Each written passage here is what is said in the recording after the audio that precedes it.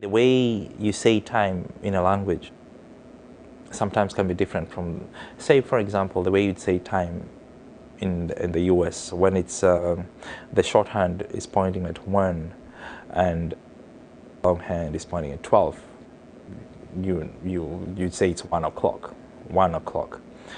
In Swahili or in Kiswahili, normally you would say, not unless you're using a digital clock, you would normally say saa saba. Saa saba, which is, saba is 7. So when, in an American way, or when you're speaking English and you say 1 o'clock,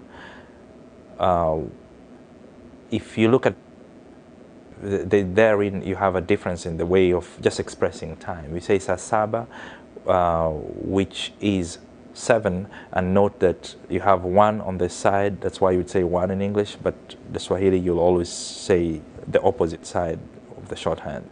That's one thing as you learn the language, since we say learning a language is not just learning how to say something, but the culture, to know how the language is used as a social tool.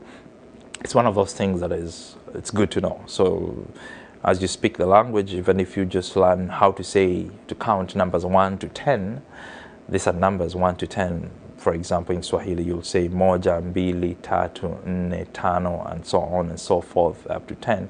So just by learning how to say the numbers in Kiswahili doesn't mean that you'll also be able to say the time just by looking at it because of the number.